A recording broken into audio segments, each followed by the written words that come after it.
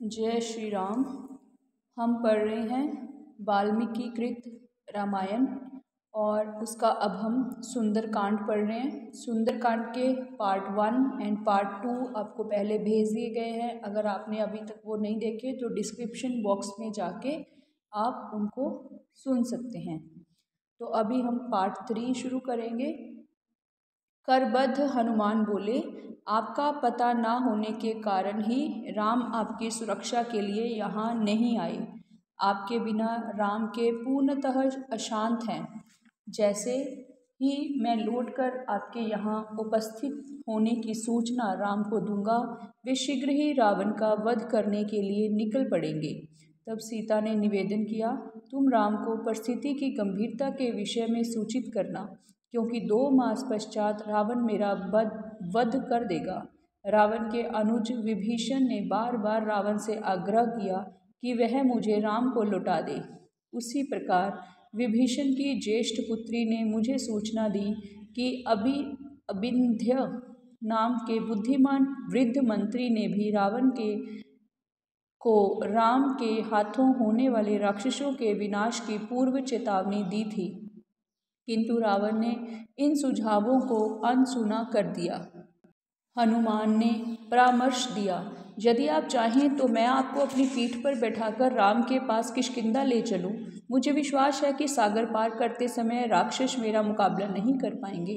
इस प्रस्ताव को सुनकर सीता हर्षित हुई, तथापि उन्होंने कहा, तुम्हारा यह प्रस्ताव वानर सुलभ है। इतने लघु शरीर वाला प्राणी मुझे लेकर सागर पार करने की बात कैसे सोच सकता है। यह सुनकर हनुमान कुछ खिन्न हो गए। उन्होंने सोचा, सीता मुझे कितना तुच्छ समझती हैं। तब अपने पराक्रम का प्रदर्शन करने के लिए हनुमान ने अपनी प्रशंसा करते हुए विशालकाय रूप धारण किया और बोले, यदि आप चाहें तो मैं पूरी लंका उखाड़ दूं, तब रावण सहित इसे राम के पास ले जाऊं। अतएव कृपया आप मेरे विषय में अपना संदेह त्याग दें। सीता ने मान लिया, तुम निश्चय ही इतने बलवान हो कि मुझे सागर पार करवा सको, किंतु यह युक्ति मुझे अच्छी नहीं लगी। यदि तुम्हारे आकाश में उड़ते समय मैं अचेत हो गई और मगरमच्छ तथा हांगर शार्क से अवरोधित जल में गिर गई तो? इसके अतिरिक्त यदि राक्षस एकत्रित हो जाएं और तुम पर आक्रमण करें तो तुम्हारा पूरा ध्यान उनके साथ युद्ध करने में रहेगा, तब मेरा क्या होगा? यदि तुम सभी राक्षसों का वध कर भी देते हो तो ऐसा करने से राम के यश का ह्रास होगा। हे हनुमान, चूँकि मैं एक पतिव्रता स्त्री हूँ, अतएव मैं रावण के सिवाय किसी अन्य के शरीर का स्पर्श नहीं करना चाहती हूँ। जब रावण ने मेरा अपहरण किया तब मैं असहाय और विवश थी। अब राम को स्वयं यहाँ आकर उस दुष्ट रावण का वध करके मुझे मुक्त करवाना चाहिए।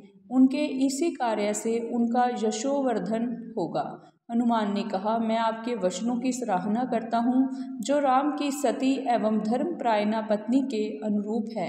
अब मैं प्रस्थान करना चाहूँगा, किंतु पहले कृपया मुझे कोई चिन्ह दे, जिससे मैं राम को यह विश्वास दिला सकूँ कि मैं आपसे मिलकर आया हूँ। तो यहाँ पर हम देखते हैं कि हनुमान जी सीता माता को कहते हैं कि आप मेरे साथ ही चलो, मैं ही ले जाता हूँ वापिस आपको राम के पास। लेकिन सीता माता ऐसा नहीं करती, क्योंकि उनको लगता है कि इससे राम के जो यश है उसमें क्या होगा, मतलब उसमें ह्रास होगा, कि राम खुद नहीं कर सकते थे, उनको लोग ऐसा समझेंगे। इसलिए उन्होंने कहा कि नहीं, आप राम को ही जाके बताओ कि मैं यहाँ पे हूँ। अश्रुपूर्ण नेत्रों से सीता ने मंद स्वर में उत्तर दिया, हे हनुमान, राम को विश्वस्त करने के लिए तुम जाकर उन्हें यह घटना सुना देना। जब हम चित्रकूट में वास कर रहे थे, तब एक दिन जल क्रीड़ा करने के पश्चात राम भीगे हुए मेरे निकट आ बैठे। उसी समय एक कौवा आकर मेरे ऊपर चोंच मारने लगा, मानो मेरा मांस खाने के लिए लालायित हो उठा हो। मैंने उसे भगाने के विचार से उस पर फेंकने के लिए अपने हाथ में कीचड़ उठाया, किंतु वह हठीला कौवा पास ही में कहीं छूट गया। क्रोध में आ जाने के कारण अकस्मात मेरे लहंगे की डोरी मेरे हाथ से ही खिंच गई, जिससे लहंगा नीचे गिर गया। मेरे घबराए हुए मुखड़े को देखकर राम हंस पड़े। इसी बीच वह कौआ आकर फिर मेरे ऊपर चोंच मारने लगा। मैंने राम की शरण ली और उनकी गोद में जाकर बैठ गई। उन्होंने मुझे सांत्वना दी कि और मेरे आंखों से आंसू पहुँचे। थकान के कारण मैं शीघ्र ही राम की बाहों में सो गई और वह भी झपकी लेने लगे। अवसर का लाभ उठाकर वह कौआ अकस्मात नीचे उतरकर आया और अपने पंजे से मेरे स्तनों को खुरचने लगा। ऐसा करने से रक्त की बूंदें राम के ऊपर पड़ी और वह जाग गए। मेरे स्तनों पर पड़ी खरोंच देखकर राम को क्रोध आ गया और उन्होंने मुझसे अपराधी के विषय में पूछा। मेरे उत्तर देने से पहले ही उनकी दृष्टि दूर बैठे उस कौए पर पड़ी जिसके पंजों से रक्त की बूंदें टपक रही थीं। क्रोध में आकर राम ने अपने आसन से कुश घास का एक तिनका उठाया और उसे ब्रह्मास्त्र की शक्ति से अभिमंत्रित किया। जैसे ही उस तिनके से ज्वाला निकलने लगी, राम ने उसे कौए के ऊपर फेंका। जब वह पक्षी ऊपर आकाश में उड़ने लगा तब वह कुश घास का अस्त्र उसके पीछे पीछे जाने लगा। वह कौआ इंद्र का पुत्र था और स्वयं को उस ब्रह्मास्त्र से बचाने के लिए पूरे ब्रह्मांड में शरण ढूंढने लगा, किंतु उसके पिता भी उसकी सहायता करने में असमर्थ थे। अंततः वह राम की शरण में आया। दयावश राम ने उस मुरझाए हुए तथा थके हुए पक्षी को क्षमा किया, किंतु उन्होंने कहा, यह ब्रह्मास्त्र निष्फल नहीं किया जा सकता, अतः इसे किसी न किसी स्थान पर तो भेजना ही होगा। ऐसा कहते हुए राम ने कौए की दाईं आंख को ब्रह्मास्त्र का निशाना बनाया। तत्पश्चात इंद्र का पुत्र उन्हें प्रणाम करके चला गया। राम के संग बीती उस घटना का विवरण देते हुए सीता दुख से व्याकुल हो उठी। तब अश्रुपूर्ण नेत्रों से उन्होंने कहा, हे हनुमान, तब कौए के समान एक तुच्छ प्राणी के लिए राम ने ब्रह्मास्त्र का उपयोग किया। इस समय वह रावण पर आक्रमण क्यों नहीं करते?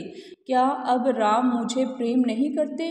पूर्व जन्म में मैंने घृणित पाप कर्म किए होंगे, जिसके फलस्वरूप अभी राम द्वारा मेरी उपेक्षा की जा रही है।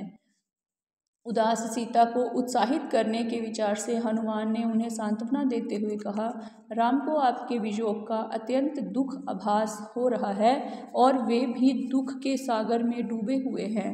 अब आप कृपया मुझे कोई ऐसी वस्तु दीजिए जिसको मैं उन्हें दिखा सकूं। सीता दीर्घ श्वास लेकर बोली, कम से कम अब मुझे अपने मुक्त होने की सच्ची आशा तो हुई।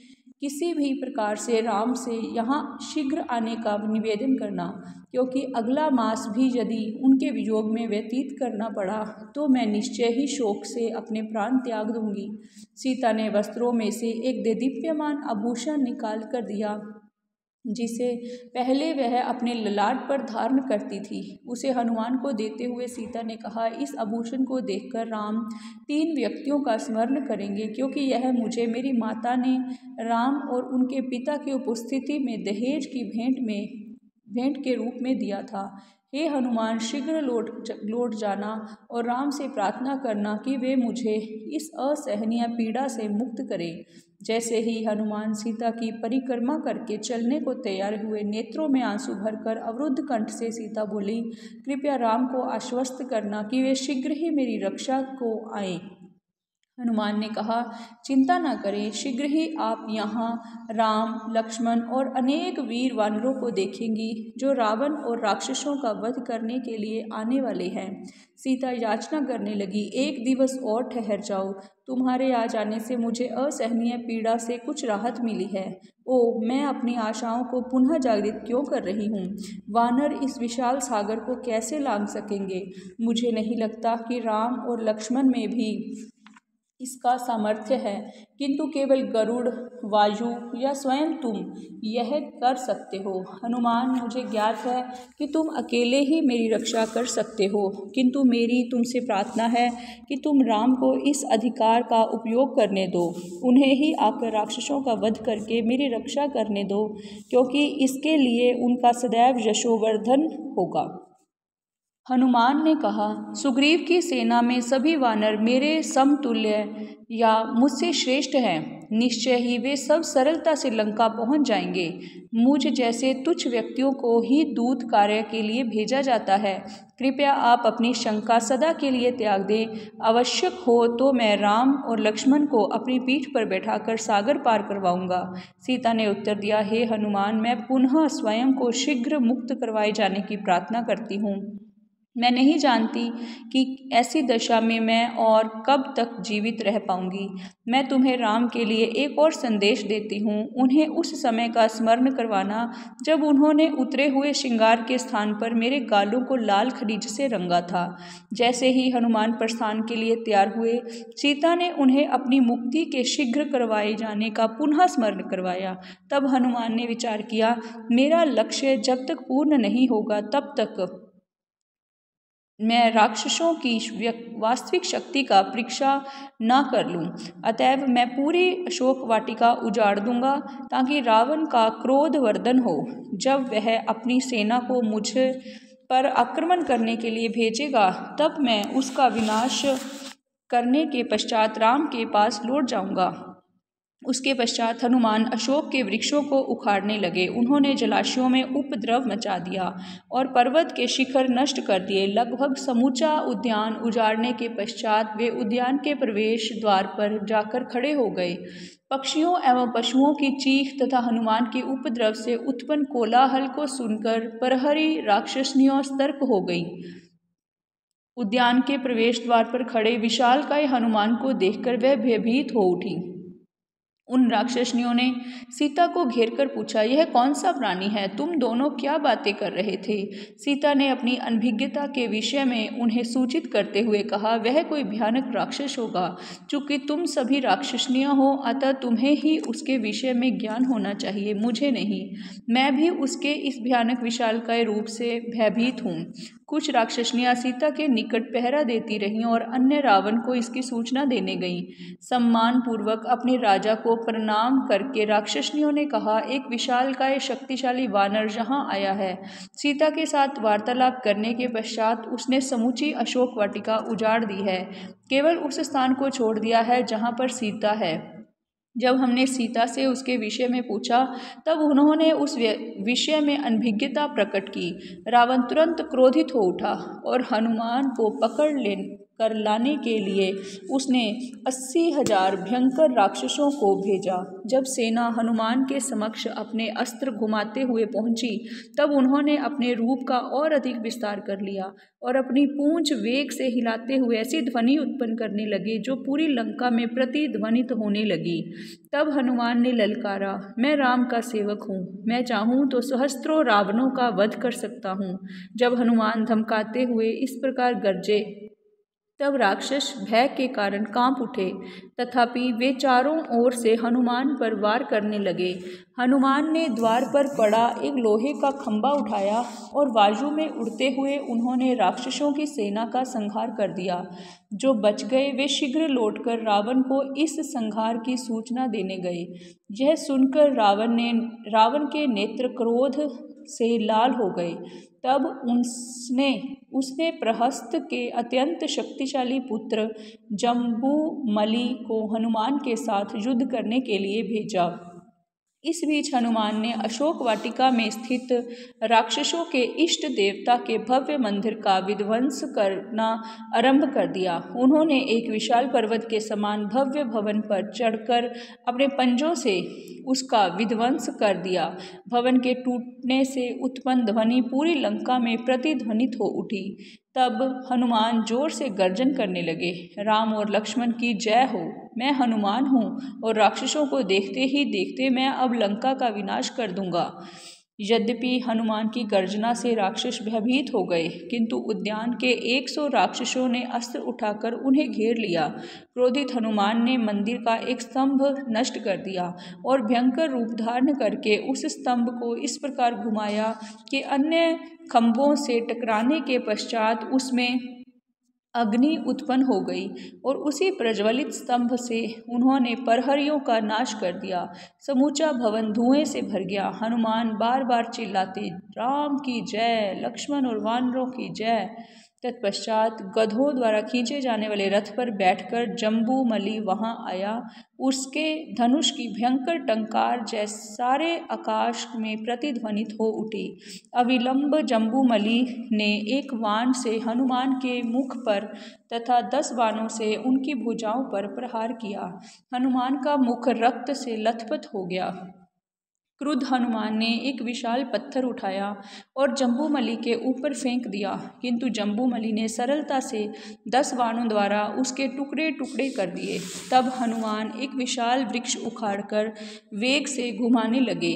जम्बूमलि ने अपने 4 बाणों से हनुमान के हाथों में ही उस वृक्ष को नष्ट कर दिया। तब उस राक्षस ने हनुमान की भुजाओं को 5 बाणों से तथा उनकी छाती को 10 दंड और 1 बाण से बेध दिया। फिर भी हनुमान निर्भीक होकर डटे रहे। उस महान वानर योद्धा ने एक लोहे का खंभा उठाकर उसे बलपूर्वक घुमाया और जम्बूमलि की छाती पर प्रहार किया।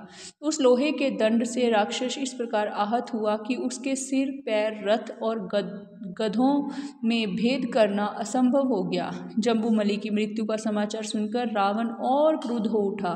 उसने अपने मुख्यमंत्री के 7 पुत्रों को एक विशाल सेना सहित जाकर हनुमान के ऊपर आक्रमण करने का आदेश दिया। जब राक्षस अपने रथों पर सवार होकर अशोक वाटिका के निकट पहुँचे, तब उन्होंने देखा कि हनुमान उद्यान के मेहराब नुमा द्वार के निकट खड़े थे। राक्षसों ने तुरंत ही हनुमान के ऊपर वाणों की इतनी सघन वर्षा आरंभ कर दी कि कुछ क्षण के लिए वे दृश्य से ओझल हो गए, किंतु उन्होंने सुरक्षा के लिए आकाश में ऊपर की ओर छलांग लगा दी। तब हनुमान ने उच्च स्वर में गरजते हुए आक्रमण किया। क्षण भर में हनुमान ने असंख्य राक्षसों को अपने हाथों तथा पैरों से मार गिराया। अन्यों को उन्होंने नखों से चीर दिया। कुछ तो उनकी छाती एवं जांघों के नीचे कुचले गए, जबकि कुछ अन्य राक्षस उनकी गर्जना से ही भयभीत होकर भूमि पर गिर पड़े। मुख्यमंत्री के 7 पुत्रों का वध होने के पश्चात शेष योद्धा भय के कारण पलायन कर गए। हनुमान लौटकर उद्यान के द्वार पर अगले युद्ध की प्रतीक्षा में आकर खड़े हो गए। तब रावण ने अपने 5 प्रमुख सेनापतियों को एक विशाल सेना के संग भेजा और कहा, मैं चाहता हूँ कि तुम हनुमान को पकड़ कर ले आओ, क्योंकि वह एक साधारण वानर नहीं है, वह अवश्य ही कोई अपार शक्ति वाला प्राणी है। तत्पश्चात राक्षसों की सेना ने चारों ओर से हनुमान पर आक्रमण कर दिया। धुरधर नाम के सेनापति ने 5 बाण छोड़े जो हनुमान के ललाट में लगे। इससे हनुमान को कोई शारीरिक हानि न पहुंची, तथापि उनका क्रोधवर्धन ही हुआ और उन्होंने अपने आकार का विस्तार कर लिया। तब आकाश में छलांग लगाकर वे धुरधर के रथ पर इस प्रकार कूदे मानो किसी पर्वत पर बिजली गिरी हो। हनुमान के विशाल शरीर के प्रभाव से रथ चूर चूर हो गया और धुरधर तथा घोड़े कुचले गए तथा मृत्यु को प्राप्त हुए। अपने साथी योद्धा के विनाश से क्रोधित होकर 2 अन्य राक्षस विरूपाक्ष और युपक्ष नामक सेनापति वायु में अकस्मात उछल पड़े और अपनी गदा से हनुमान की छाती पर प्रहार करने लगे। निर्भीक हनुमान भूमि पर उतर आए। उन्होंने एक वृक्ष को उखाड़ा तथा उसी से दोनों सेनापतियों का वध कर दिया। तब शेष बचे 2 सेनापति प्रघस एवं भास्कर्ण हनुमान के समक्ष आए और उन्हें भाले एवं शर से बेध दिया, जिससे वे रक्त से लथपथ हो गए। तब रोष में आकर हनुमान ने प्राणियों एवं वृक्षों सहित एक पर्वत के शिखर में को नष्ट कर दिया और उससे दोनों राक्षसों को कुचल दिया। इन 5 सेनापतियों का संहार करने के पश्चात हनुमान ने सेवा के शेष राक्षसों का सरलता से वध कर दिया। घोड़ों को मारने के लिए हनुमान ने अन्य मृत घोड़ों का उपयोग किया और एक हाथी से दूसरे हाथी को मारा। मृत योद्धाओं को फेंककर जीवित सैनिकों को मारा और जो रथ नष्ट हो गए थे उनसे अन्य रथों का विनाश कर दिया। सारी भूमि को विकृत मृत शरीरों से भर देने के पश्चात हनुमान पुनः उस द्वार पर जाकर खड़े हो गए। ऐसा सुनकर रावण ने अपने पुत्र अक्ष पर दृष्टि डाली, जो निकट ही बैठा था। युद्ध करने को उद्यत राजकुमार अपने पिता के संकेत को समझ गया तथा उत्सुकता पूर्वक अपने स्थान से शीघ्र उठ खड़ा हुआ। वह अपने उस दिव्य रथ पर जा बैठा जो वायु में उड़ सकता था और जिसे 8 घोड़े खींच रहे थे। अशोक वाटिका के पास आते ही अक्ष ने हनुमान के ऊपर वाणों की वर्षा आरंभ कर दी। तत्पश्चात एक भयंकर मल्ल युद्ध हुआ, जिससे सारी धरती कांप उठी। सूर्य क्षीण पड़ गया और वायु अवरुद्ध हो गई। जब अक्ष ने हनुमान के ललाट पर 3 बाणों से प्रहार किया, तब हनुमान अपनी काया का विस्तार करने लगे। वह राक्षस योद्धा फिर भी उन पर बाणों की वर्षा करता रहा। किशोर अवस्था के अक्ष को अपने बल पर बाल सुलभ गर्व था और वह निर्भीक होकर इस प्रकार हनुमान के सामने आया, जैसे घास से आच्छादित कूप के पास कोई हाथी आता है। अक्ष का बाण लगने के पश्चात हनुमान भयानक आकृति धारण कर वायु में उछल गए। अक्ष अपने बाणों की वर्षा करता हुआ उनके पीछे पीछे गया, किंतु हनुमान ने कुशलतापूर्वक आकाश में उसे भ्रमित कर दिया। जब अकस्मात एक बाण आकर हनुमान की छाती में लगा, तब उन्होंने मन ही मन अपने शत्रु की योग्यता को सराहा और सोचा, यद्यपि यह किशोर वय राक्षस वीरतापूर्वक युद्ध कर रहा है, वास्तव में मैं इसका वध नहीं करना चाहता हूँ, किंतु इसके पराक्रम में वृद्धि होती ही जा रही है। यदि मैं इसका वध नहीं करूँगा तो अवश्य ही पराजित हो जाऊँगा। अतः तुरंत ही इसका वध कर देना मेरे लिए आवश्यक है। मतलब अभी तक तो हनुमान जी सोच रहे थे कि बच्चा है, खेलते हैं इसके साथ, लेकिन जब हनुमान जी के मतलब छाती में आके तीर लगा तो उनको लगा कि नहीं, ये भी, इसमें भी कोई बात है, कहीं ऐसा ना हो कि ये मुझे पराजित कर दे, तो मैं जल्दी से इसका वध करूं। अतः तुरंत ही इसका वध कर देना चाहिए, मेरे लिए आवश्यक है। जैसे कि फैलने वाली अग्नि को तुरंत बुझा देना चाहिए। अपनी गति बढ़ाकर हनुमान ने अक्ष के सभी घोड़ों को अपने हाथ के प्रहार से नष्ट कर दिया तथा उस अक्षम रथ को भी धरती पर गिराकर टुकड़े टुकड़े कर दिया। अक्ष अपना धनुष और तथा तलवार उठाकर उस नष्ट हुए रथ पर से उछल पड़ा और आकाश में इस प्रकार चला गया जैसे कोई ऋषि स्वर्ग की ओर जा रहा हो। किंतु तीव्र गति वाले हनुमान ने रावण के पुत्र अक्ष को पैरों की ओर से पकड़ लिया तथा सहस्त्रों बार घुमाते हुए प्रचंड वेग से नीचे पटक दिया। उसके सभी अंग नष्ट हो गए और छाती कुचली गई। रक्त का वमन करते हुए अक्ष ने अपने प्राण त्याग दिए। हनुमान की विजय को ऋषिगण आकाश से अचंभित होकर देखने लगे और उधर रावण भयभीत हो उठा। राक्षसों के अगले आक्रमण की प्रतीक्षा में हनुमान पुनः मेहराब के नीचे के मार्ग पर आकर खड़े हो गए। क्रुद्ध रावण ने अपने क्रोध को नियंत्रण में करके अपने ज्येष्ठ पुत्र इंद्रजीत को बुलवाकर कहा, युद्ध में तुम सदैव ही अप्रतिम रहे हो और केवल मेरे ही समकक्ष हो। तुमने स्वर्ग के राजा को देवताओं सहित परास्त करके स्वयं भगवान ब्रह्मा द्वारा प्रदत्त अस्त्र प्राप्त किए हैं। अब जाओ और उस रहस्यमयी शत्रु को पराजित करने के लिए जो कुछ भी आवश्यक है वो करो। तो ये जो रावण के बड़े बेटे का नाम क्या था? वैसे तो मेघनाथ था इसके बड़े बेटे का नाम, लेकिन क्योंकि इसने इंद्र को जीता हुआ था इसलिए इसका नाम इंद्रजीत पड़ गया था। तो इंद्रजीत अपने रथ पर सवार होकर हनुमान की ओर चल पड़ा। इंद्रजीत के धनुष की टंकार सुनते ही हनुमान हर्षित हो उठे। जैसे ही इंद्रजीत ने हनुमान पर बाणों की वर्षा आरंभ की, उन्होंने उच्च स्वर से गरजते हुए अपना विस्तार कर लिया और आक्रमण से बचकर आकाश में चले गए। उस युद्ध में इंद्रजीत को हनुमान को बाण से बेधने का अवसर नहीं मिल पाया और ना ही हनुमान इंद्रजीत पर वार कर सके। अपने अस्त्रों की निरर्थकता देखकर इंद्रजीत समझ गया कि हनुमान का वध कर पाना असंभव है। इसके बदले वह उनको बंदी बनाने का विचार करने लगा। हनुमान को बांधने के लिए इंद्रजीत ने एक विशेष ब्रह्मास्त्र का उपयोग किया, जिससे हनुमान तुरंत लगभग अचेत होकर धरती पर गिर गए। हनुमान समझ गए कि वे अस्त्र के रूप में भगवान ब्रह्मा की शक्ति द्वारा बांध दिए गए हैं। उसी समय उन्हें भगवान ब्रह्मा द्वारा दिए गए उस वरदान का स्मरण हुआ, यह कि ऐसा अस्त्र कुछ समय पश्चात अपने आप प्रभावहीन हो जाएगा। अतएव हनुमान ने सोचा, मैं अभी स्वयं को मुक्त नहीं कर सकता हूँ, तथापि भयभीत होने की कोई आवश्यकता नहीं है। इसे विघ्न ना जानकर यह समझना चाहिए कि मुझे रावण के सन्मुख जाने का अवसर मिल गया है। बंदी बना लिए जाने पर भी मैं निश्चिंत हूँ, क्योंकि भगवान ब्रह्मा के वरदान से मैं शीघ्र ही मुक्त हो जाऊंगा। कुछ राक्षस योद्धाओं ने आकर हनुमान को मजबूत रस्से से बांध दिया। उन्हें बांधते हुए वे उनको कटु वचनों से संबोधित कर रहे थे, किंतु जैसे ही हनुमान उनके रस्से से बंधे, ब्रह्मास्त्र प्रभावहीन हो गया, क्योंकि उस अस्त्र की शक्ति का उपयोग बंधन के दूसरे साधन के साथ नहीं किया जा सकता था। यहाँ बंधन का तात्पर्य सैनिकों द्वारा रस्से से हनुमान को बांधे जाने के प्रयास से है। हनुमान ने पीड़ा होने का दिखावा करते हुए स्वयं को राक्षसों द्वारा पराजित किए जाने दिया, ताकि उन्हें रावण से मिलने का अवसर प्राप्त हो सके। मतलब हनुमान को कोई जीत नहीं सकता, फिर भी हनुमान यहाँ पे जो रावण के सैनिक आए हैं उनसे अपने को बंधवा रहे हैं। चलो कोई बात नहीं, इसी बहाने से ये मुझे रावण के पास लेके जाएंगे।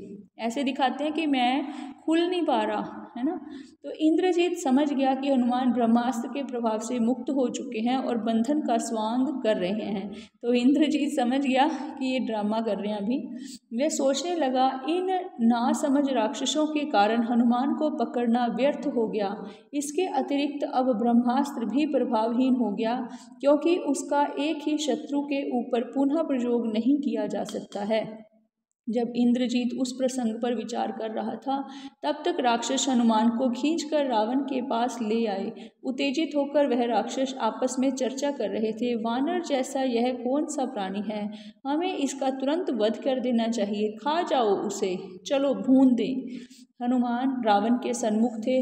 रावण ने अपने मंत्रियों को हनुमान से पूछताछ करने का आदेश दिया। उनके प्रश्नों के उत्तर में हनुमान ने कहा, मैं सुग्रीव का दूत हूँ। वानरों के राजा ने आपके लिए शुभकामनाएं भेजी हैं। भद्र राजा सुग्रीव को आशा है कि आप धार्मिक सिद्धांतों का अनुसरण करते हैं, अतएव आपके राज्य में सुख वैभव है। स्वयं के प्रग्रहण तथा रावण द्वारा सीता का हरण किए जाने की घटना का विचार करके हनुमान भीतर से क्रुद्ध थे। तथापि माणिक से निर्मित राज सिंहासन पर बैठे राक्षसों के राजा रावण को देखकर हनुमान ने सोचा, यदि रावण धर्म के विरुद्ध ना चलता तो अपने सौंदर्य, तीक्ष्ण बुद्धि, साहस, तेज तथा मंगल शारीरिक लक्षणों से इंद्र के यश को भी प्राप्त कर देता।